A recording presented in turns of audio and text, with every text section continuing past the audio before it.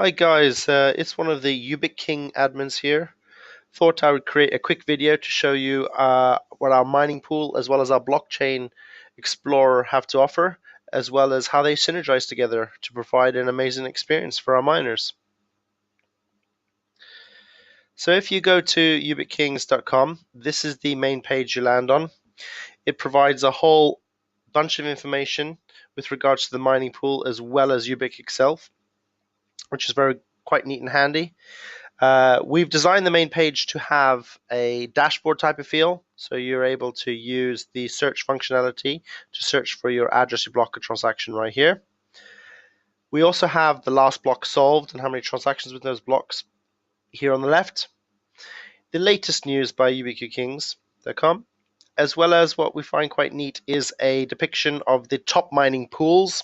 These are shared mining pools, not solo pools, and we've derived them by hash rate as well as by miner, which is quite interesting to see, because if you hover over some of these bubbles, you can actually find out what the pool has to offer. So for example, Ubiq pool has at this moment in time 1097 miners and almost 200 gigahash, and you can highlight over the other pools as well to get some of that information.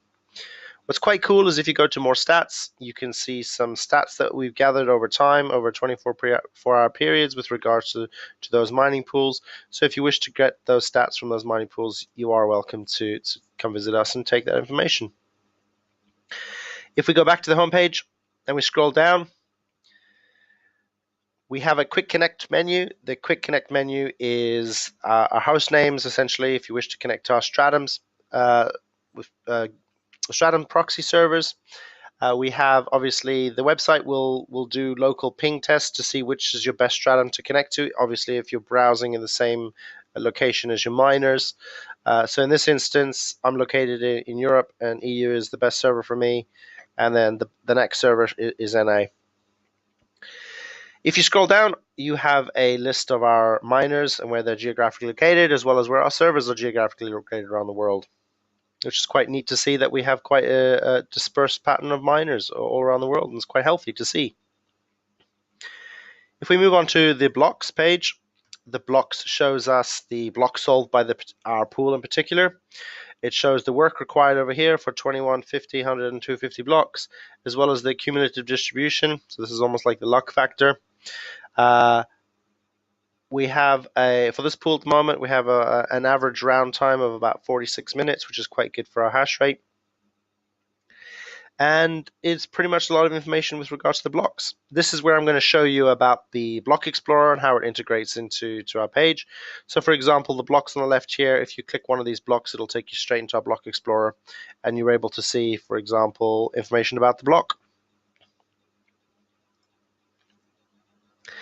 as well as the miner that mined the particular block.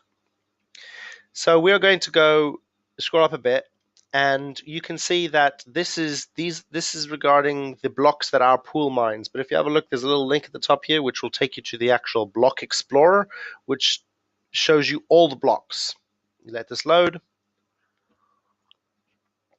and there you have it. So you have all the blocks within Ubiq at the moment. Obviously the latest block is at the top here, and it shows you the number of transactions, if there's any uncles, and who was the miner who solved it, and all that other stuff. Interesting is here we have search boxes all over the web page. So if you wish to search a particular, let's say a block, you are able to put the information over here. So let's just say for test purposes, let's go test block 44-100, hit search, there's the block and all the information about that particular block. Very fast and snappy because it's built in React. Let's go click on one of the ones with loads of transactions. So you can see here, obviously this is a transaction of the transactions within a particular block, and this is a very good example because you can see obviously these are the transactions that Ubiq is doing at the current moment, and we can see a whole bunch of transactions also from fellow mining pools. So we have MaxHash here, which is paying out its miners 0.8, anyways, sub 1 Ubiq it's paying out. This is quite interesting. It's very good to show you guys. So the way that we differ in this pool is we provide payouts based on not a threshold that you reach with your mining Ubiq.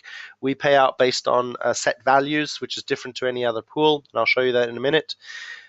and the benefits for why we've decided to do that. So this is just a good example. We're going to go off to the payouts. So as you can see, our payouts for our miners differentiate anywhere from 1 Ubiq, 5 Ubiq, and if you scroll down, you'll see 10. You will even see values of 50 come up occasionally. There's some miners that get paid out every 50 Ubiq. And this shows that we don't pay out based on a threshold. We pay out based on a limit that the user gets to set. And the important thing about that is we don't pay out microtransactions, so we don't waste space within a block. And we figure that's quite important. Maybe not now, but in the future when Ubiq becomes very popular, we want to reduce the number of transactions that we put within a block. And that's why we found it quite useful. So again, if you want to particularly look at the payments, you can click on the transaction. It'll show you the transaction, everything about the transaction. We're now going to move on to the Connect screen. So in the Connect screen, we have a string builder for those new miners who need some assistance getting to mine Ubiq. You're able to come to us and use our string builder. So for example, you would select your address, you would pick a primary server. So in this instance, Europe is the lowest ping for me. I'd pick up a backup server, which I would pick medium ping as the next one. I would then give my rig a name. So let's say test 1. Pick the mining software, Claymore for instance, AMD, and let's say we're going to use Linux, and hit submit. And it builds me a string right here. And you can copy and paste the string into the batch file of your miner, and off you go. You're ready to mine. You'll be mining Ubiq to your wallet address. We also have some additional information below, as well as we have a guides page which lists a bit more detail with regards to different miners, as well as where you can download those miners and any other syntax you require for those particular miners to work. If you go to our features page, we list a whole bunch of features. I'm not going to list all the features or go through all the features, but we have a whole bunch of features as well as some user comments available here on the page, and you can scroll through this and read that. For support, we have a bunch of generic support questions. Again, I'm not going to go through all these questions. Please feel free to go to UBQKings.com to read some of these questions. And if you have any additional questions that aren't answered for you, please head to our Discord and we will more than happily answer any of the questions that you may have. We then move over to the other search functionality, which is the same search functionality as the same for home screen, and you are able here, I'll show you, give you a second, let me grab an address. You're able to put a block address or a transaction ID. So I'm going to put a particular address in here and hit submit. It then asks you whether you want to look at the mining pool for information or you want to go to the Explorer. So let's do one thing. Let's go to the Explorer first. We can have a look at this particular user, and it shows their balance of Ubiq as well as the amount of Escher that they have. So this individual has claimed Escher. Very interesting. Rather than hitting the search functionality, you could hit search again, or you could just hit mining pool. It'll take you to the mining pool for this particular individual. And here are their rigs. So they have their rigs when the last share was submitted, and the average hash rate for 1 in 6 hours.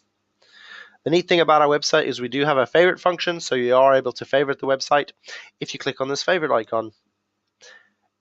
And that will save it in your favorite, so when you come back on the same computer, you can review that same address. It also works on mobile as well.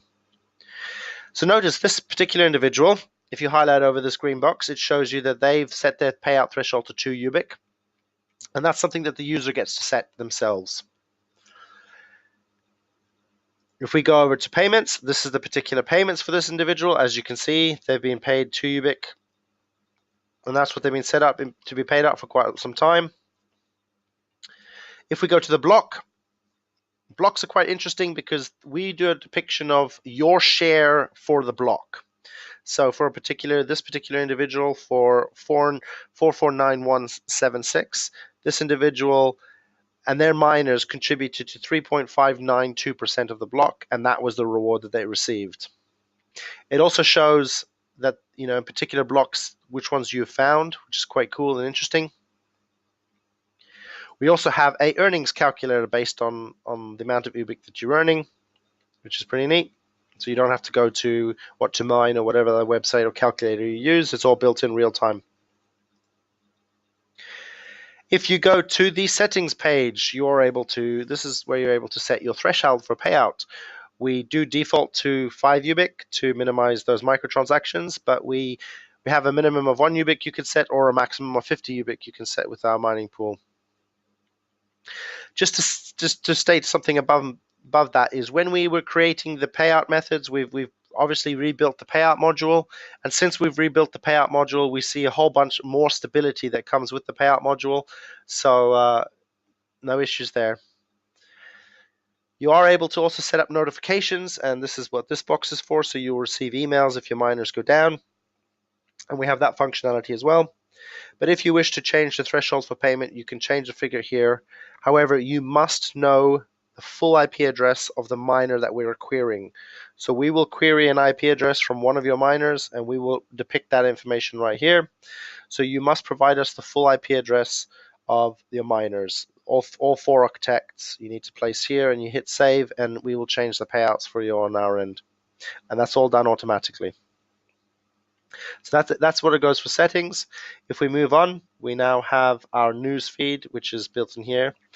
All the Reddit as well as our Twitter feed posts are available here with our news feed.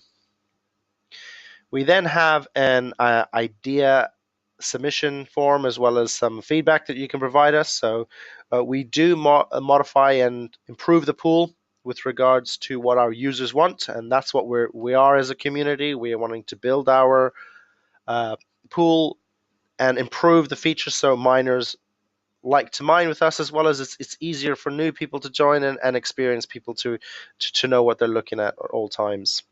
So you are able to submit us ideas and feedback if you wish.